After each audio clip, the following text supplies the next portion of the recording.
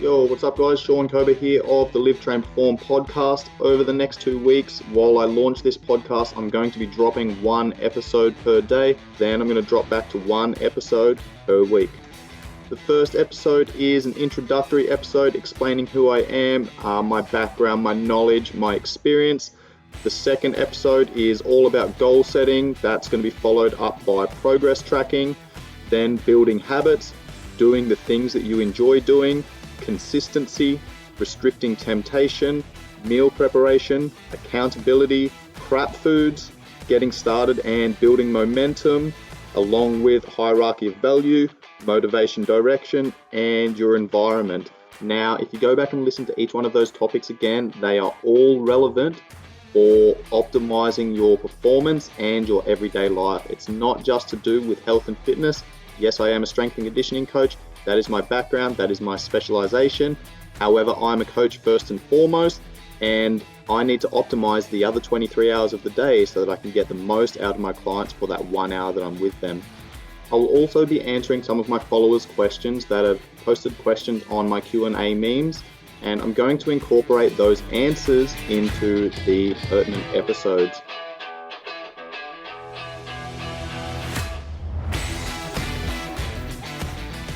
Yo, what is up guys? Welcome to today's episode, which is all about accountability. Accountability is a dying art these days. People are very fucking quick to push the blame onto other people and to start pointing the finger when shit's going wrong, right? Accountability is one of those things that makes a huge difference to your life. And this is something that I've seen through my transition from military to civilian. I'm not saying that all civilians are like this, but what I have found is that people just can't fucking take any responsibility for their own actions and always have something to say and always have someone else to blame. So this was a game changer for me, and this is something that I've been working on for many, many years, and that is being accountable for my own shit. You know, I've got no one else to look at. I've got no one else to blame. I've got no one else to point the finger at for my own shit, okay? If something's not going right in my life, that's on fucking me. That's on the man in the mirror. And this is what I'm going to talk about to start the episode, is the man in the mirror. The man in the mirror is the most important person in your life, okay? You can't cheat that person. You need to be at your best for yourself before you can be at your best for other people. My ex-girlfriend and I used to run health retreats, and we'd quite often, ask these people that were on the retreats who the most important person in their life was. And for the most part, most of these people were mothers and things like that, and they would always say my husband, my children, etc., etc. I was like, no, you're wrong. It's you. You're the most important person in your life. If you're not fucking at your best, how can you be at your best for other people? You can't pour from an empty cup. So you need to take responsibility, be accountable for your own shit, not use other people as excuses, so that you can build yourself up. Put these processes in place that allow you to be your best so that you can be at your best for other people. And that can be hard, man. A lot of people aren't aware of where they're at and where they're falling down, and they don't want to take responsibility that, you know what, maybe I'm a little bit overweight, or maybe I'm not in a good financial position, or maybe I'm, not in a great place in my relationship because there's fucking shit that I'm not doing right, So it does take some balls to have a look in the mirror and have that conversation with yourself and say, okay, my last relationship failed because there was stuff that I wasn't doing. I can't put all the blame on the other person. There was shit that I was doing that was, compromising the relationship as well. And, this is a hard thing to do. But trust me, once you start putting these processes in place and you start having these fucking harsh conversations, these real conversations with yourself, that's where change occurs, okay? Change or growth only happens through these circumstances. It's only when you can have these hard, honest, real conversations with yourself that you actually bring awareness around yourself and what you might potentially need to change. Insanity is doing the same thing over and over and over again and expecting different results. You'll see people that go from relationship to relationship to relationship, and they always have the same problems. Well, guess what? What's the fucking common denominator there? It's you. It's not the other person. So yes, maybe you're drawing these type of people into your life because of your vibes that you're giving off, the personality that you've created, right? But at the end of the day, if you're having the same fucking issues from relationship to relationship and in your friendship circles and, through financial hardship and pretty much everything that comes into your life, what's the fucking common denominator? It's you. Take a good hard look at yourself in the mirror, Have that conversation. Say, right, there's some things that I'm doing that aren't quite fucking serving me. I need to sort them out. It's up to me to step up and get this shit done, because no one's going to come and fucking do it for me. And the sooner we realize that, the better. The quicker we can start turning things around. Okay, it's a hard pill to swallow to think that every action that you've taken and every decision that you've made is what's brought you up to this point now in your life. Okay, yes, there's going to be some extenuating circumstances that have kind of shaped the direction that you've gone, but at the end of the day, you're the one that's making the decisions. You're the one that's making the choices, right? And making no choice is also a choice. Making no decision is also a choice. You know, an example of this is I see a lot of people that stay in relationships that they're not happy with. And this is because they're afraid of change. They're afraid of the unknown. So rather than speaking up and making a decision and voicing their opinion, they want to avoid confrontation and they want to keep things easy. Now, that only brings resentment in the relationship. And I've experienced this. I'm sure we've all experienced this before, where, not making a decision and speaking about the things that are causing issues in the relationship, the things that you're both compromising on, leads to resentment. Right, so speaking up, being honest about this stuff is super important. For communication's fucking everything in relationships. All relationships in your life require good quality communication, and your ability to communicate is going to determine, how good those relationships are with the people around you. I'm one of those people. Some people say that I'm an arsehole for this, but, people know that when I say something, like, it's my honest fucking opinion. I'm not going to sugarcoat shit. And that's because I'd much prefer to tell the naked truth rather than a fucking dressed up lie, right? That way I'm giving people the facts, the information for them to then make an educated decision. And I'd much prefer to do this as well. I'd much prefer to have the information rather than people withholding information and me, making up my mind and having a certain perception on the circumstances. I'd much rather hear the truth, so then I've got all of the information, all of the facts, so now I can make a more educated decision. And again, this is a really hard thing to do, but if you, want to avoid all the pitfalls, then you absolutely need to be honest, you need to be truthful, within reason, okay? You don't want to be fucking deliberately hurting people's feelings and things like that. But if you're making a lot of compromises in the relationship, that needs to be brought up, because you're only going to end up resenting that person if you feel like you're not being trusted or respected, or your opinion's not being heard and you're not being taken seriously. So there's two parts to this. You need to be accountable to yourself, but you also need to be accountable to the people around you. I'm going to tell a story here from many, many years ago. I was dating a girl for a couple of years. And, it was a toxic relationship. It wasn't great. I look back on that. And at the time, I didn't take responsibility for the shit that I was doing wrong. But I look back on that time now, and yes, she did a lot of things that I didn't agree with. But my reactions to those things were not part of my character. I didn't like how it was affecting me. So I needed to step up and I need to say, look, this is done. This is toxic. I can't do this anymore. Because that was more important to me. Your partner should be, or your relationships with the people around you should be bringing out the best in you, not fucking bringing you down, right? So when you start seeing things that, in your life that you don't want to be part of your life, you don't want these traits to start coming out, then you need to take a hard look at yourself and have that tough conversation.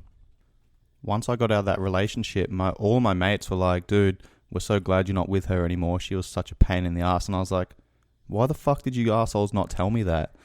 I was so close to the subject. I was in it, right? So I couldn't take this objective view, whereas they were seeing things on the outside that, they didn't like, but they didn't share that with me. That is also accountability, right? Like, I've had these conversations with some of my mates when they've been in poor relationships. I'm like, well, maybe something needs to change. Are you happy where you are? If you're not, then let's look at why you're not happy. Then you need to discuss and you need to have that conversation with yourself about what you've been doing that might be contributing to this poor relationship. Maybe you're not speaking up. Maybe you're not being honest enough. Maybe you're not being a good partner. Okay, maybe you're causing the fucking issues in the relationship. And this is a thing. This doesn't matter what area of your life we're talking about. If you're overweight, that's on you.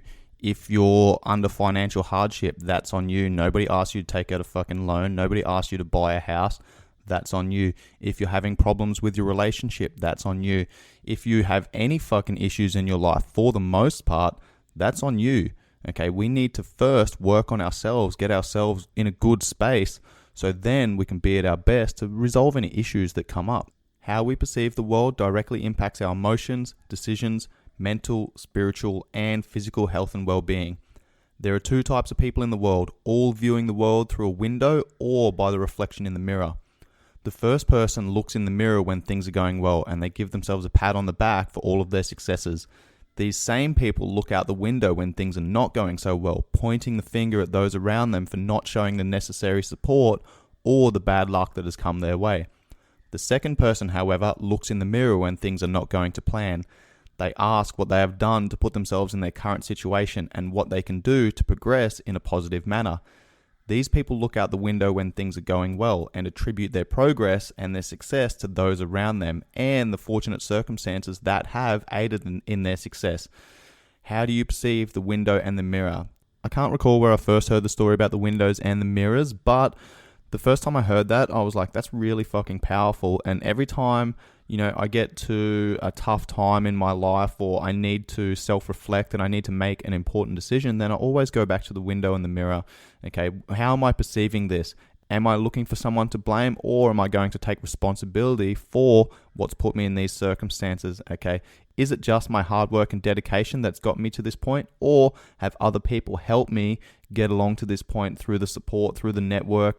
And of course, maybe luck's played a part as well, but luck can only happen for the most part when you put yourself in a position to take any opportunities. Okay, that's what luck is all about. Okay, sometimes when you have bad luck, it's because you've put yourself in bad situations. All the decisions that are leading up to that might have been for, a couple of months to a couple of years, but all of those decisions have gotten you to that point where all of a sudden now you have bad luck.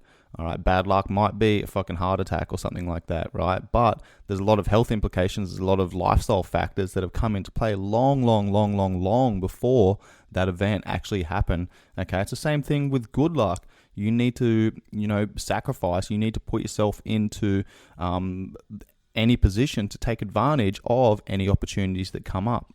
I quite often get people say, man, you really fell on your feet. You're working at Tiger Muay Thai, you're working with professional athletes. You got guys in the UFC, fucking highly ranked. You're killing it, man. Like, it's so good to see you do so well. And yes, I am doing well, but people don't see the sacrifice that went into putting myself in this position. I left a girl that I'd been with for 5 years that I loved and cared about because I wasn't getting the opportunities that I wanted where I was living in Tasmania. So I had to get out there. I had to put myself in this position to be at Tiger, to be in Thailand, because this is where I wanted to be. I wanted to live here. I was here many years earlier, and I got a taste for the place. And, it was something that I aspired to do. I wanted to live in Thailand. I wanted to coach over here. I wanted to train over here. And I wanted to, spend a significant part of, 6 months to a year in this location doing what I was doing. But I had to sacrifice that relationship, and that sounds really unfortunate. It sounds really fucking harsh, but at the end of the day, that is being accountable. Being accountable is making fucking tough decisions that ultimately align with your values. And if you don't know what your values are, you don't know what's important to you, then it's really fucking hard to make these decisions. So I'm going to talk about the hierarchy of value in one of the upcoming episodes. I think it's one of the next 1 or 2 episodes. But essentially, your values are literally what drive your actions. Okay, and if you're not clear, you don't have clarity on what your values are, then it's very difficult to put those processes in place and align your actions and your behaviors with, your purpose and what you're trying to achieve. Accountability is all about putting your hand up and saying, I fucked up. I take ownership. I'm responsible for this mistake, and I'm going to learn from it. And that's the thing. Once you become accountable for certain things in your life, then you're aware of it and you understand that you played a part and your decisions have shape the outcome of those circumstances, and then you fucking learn from it. You don't do it again. An example of this was a story I tell on my social media platforms about being in Afghanistan. So we were tasked with establishing an overwatch position to target Taliban forces in the area and mitigate the threat of an ambush or the placement of an improvised explosive device that was targeting the mentoring and liaison team and the Afghani counterparts who were going to be conducting a search in the area later that day. So we were tasked to go out as a sniper team and provide overwatch to basically protect the Aussies who were mentoring the Afghani National Army, right? So I was tired. It was fucking freezing cold in the middle of winter. Snipers were always the first ones out and the last ones back. It was the early hours of the day. The sun hadn't come up yet. We wanted to get in position before the sun came up. The operational tempo had been high and we'd already sustained a number of casualties. So as we stepped off, I assumed my position at the front of the patrol as the lead scout for my sniper team, the point man responsible for choosing an appropriate route and keeping my eyes and ears peeled for any threat that we might encounter along the way. Now, I was also the combat first aider, and it was my role, my responsibility to carry the first aid kit, which included tourniquets, IV fluids, morphine, and other drugs and stores, which would allow me to provide immediate first aid to any of my teammates or civilians as needed. Well, on that patrol, I fucking left it there, okay? Before we stepped off, we'd been kind of hanging out in position, awaiting clearance to leave the base. So I'd taken my bag off so I could give my shoulders and my back a little bit of a rest before, the big day ahead. About 20 minutes into our patrol, once we'd stepped off, I realized I hadn't put my fucking bag back on, and I sat with it for about 10 seconds. I'm going, fuck, what am I going to do here? Do I tell Tamps, who was the team leader at the time, or do I just pay it off and just keep my mouth fucking shut because I don't want to look like a dickhead? It was never in doubt. Over my radio, I raised Tamps. I'm like, man, I'm fucking sorry, bro. I fucked up. I left the first aid kit on base. And he was like, what? Are you fucking serious? You're a fucking idiot. I was embarrassed. I was ashamed. I'd let myself down. I'd let my teammates down. But I had to own it, and I had to step up, and I had to admit fault. Like, only then, when my team leader had that information, could he then make an informed decision about what our next movements would be. And it was to continue our mission, knowing that we didn't have the necessary stores to deal with the casualty if the shit hit the fan. And that's the thing, like, I could have fucking kept my mouth shut and saved myself that embarrassment and that shame. But if someone had been hit, then because I hadn't fucking told my team leader that I didn't have that first aid kit and we'd gone with the initial plan, someone had been hit, then I would have, potentially had someone's fucking life on my conscience for the rest of my life. But because I owned it, I stepped up, I told my team leader what had happened. He made some adjustments and considered that as part of the plan. And luckily enough, nothing happened, but, I had to take that responsibility. I look like a fucking idiot, but I never did it again. So, there's a lesson in this. Make mistakes old, O-L-D, own it, learn from it, then don't fucking let it happen again. One of the best books I've ever read is called Extreme Ownership by Jocko Willing and Leif Babin, and these guys are former Navy SEALs who deployed to Iraq primarily. They now own a company called Echelon Front, and they're consultants for massive businesses. And what they do is they go in and they talk to the leadership teams, and they take these lessons that they've learned from the battlefield and they apply them to a corporate environment. And at the end of the day, like, extreme ownership is essential for quality teamwork. Everyone coming together to focus on a specific mission and then aligning their actions and their values to achieve that mission in their own independent states. So an amazing book, and one of the primary lessons that I took out of that is that you as a leader need to lead. That means that you're responsible for your team. If someone's fucking up, they're not doing the job. If they're incompetent, then maybe you haven't explained the task well enough. You haven't defined those roles. You haven't defined those responsibilities as good as you could have. So it's essentially taking ownership of not just your actions, but for the actions of your team. And this can be really difficult because as a leader, it's up to you to hire and fire. It's up to you to have the right people and create the right environment and the right culture to achieve your task. As it doesn't matter if you're in the military, it doesn't matter if you're, running your own business or you're part of a massive corporation. You need to make sure that everyone within your team is working with each other towards the same task, towards the same mission, rather than against each other. So I've worked with people who are like a cancer that just talk shit and fucking talk rubbish behind people's back and spread rumors and things like that. And those people are a cancer. Like, that shit spreads. So you've got to create the right environment. You've got to have the right people there. And for me, one of those things is it doesn't matter if you have people that are really fucking good at their job. If they don't fit the team, they don't fit the team. So that team dynamic is ridiculously important. I would much prefer to have someone who has a really good attitude and fits the team and might not be quite as competent at the job, but is a sponge and willing to learn and has the proficiency and the competency and the clout to be able to take on those lessons and, you know, learn from the people around them and then start applying those principles. On the flip side, I've been part of teams, sports teams and military teams that I might not necessarily get along with everyone, but I can trust the people in the team. I know who they are. I know what they bring to the table. We might not be best mates off the field or, you know, off deployment or whatever, but I know what they bring to the table. I know that I can rely on them when the shit hits the fan. I did a road trip from Sydney up to Brisbane a couple of years ago for Anzac Day in Australia, and one of my mates was in the car with me. Now, really fucking good dude, but had a little bit of a reputation of being a shit fight. So we were laughing along the way and having a good conversation, and I turned around to him and I said, "Man, like I'm actually really glad that we never worked together, because we probably wouldn't be mates." And he had a little bit of a chuckle and he turned around and he said, "No, you're probably right." I'm going to discuss the environment and the impact that it has on you in a couple of episodes' time. But before I round out the episode, I did read a book recently called Legacy by James Kerr. And this book is all about the culture that the All Blacks have created. Now, the All Blacks are one of the most, if not the most successful sporting team in history.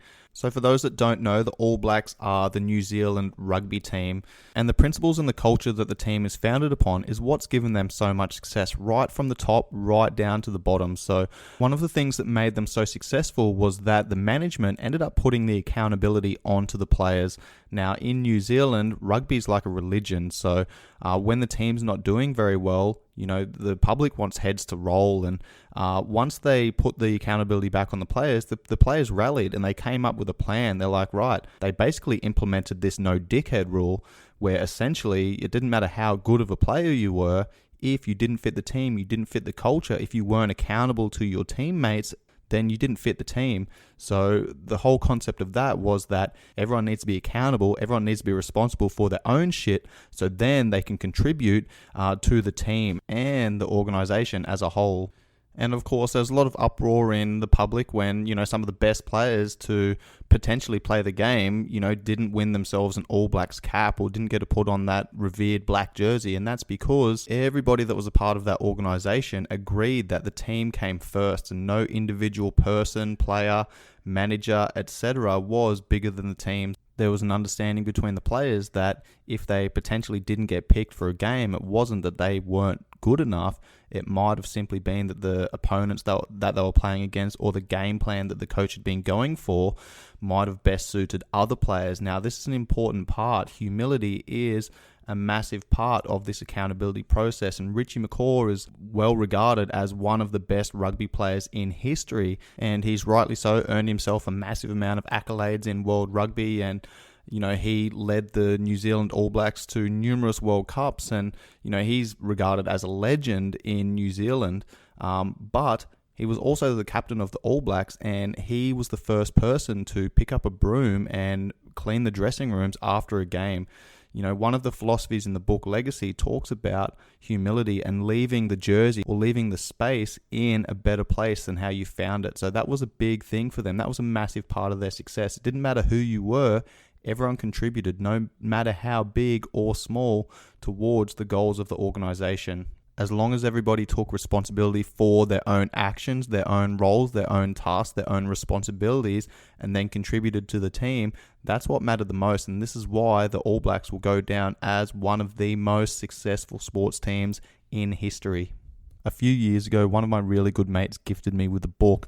We're both Broncos fans, and Wayne Bennett was the coach of the Brisbane Broncos for a long, long time, won a heap of premierships with them, and is regarded as one of the best coaches in the NRL. But my mate Fu presented me with this book, and in the front of the book is a poem called The Man in the Mirror. Now, he wrote me a little note, and it says, "The only person whose judgment counts is the man in the mirror. It doesn't mean you need to look at him as much as you do." Thanks, Fu. But when he gave me the book, he said to me, "If there's one person I know that can look the man in the mirror in the eye, it's you." I didn't really know what he meant at the time until I read the poem. Now, The Man in the Glass, or The Man in the Mirror, this has now become one of my favorite poems. So thanks, Fu, for introducing it to me. This is something that I've pushed on to a lot of other people. And in fact, it's had such a significant impact on my life through some of the trying times and, some of those times when I'd kind of lost my way. And, I went back to this poem and read through the words, and it really resonated with me. And sometimes that's all I need to do is go and have a look in the mirror and ask myself those fucking hard questions. So it had such a significant impact on me that I've got a big back piece done, a big tattoo I flew back to Australia for in August last year, and a component of that is a tribute to the man in the mirror. When you get what you want in your struggle for self and the world makes you king for a day, then go to the mirror and look at yourself and see what that man has to say. For it isn't your father, your mother or wife whose judgment upon you must pass. The fellow whose verdict counts most in your life is the one staring back from the glass.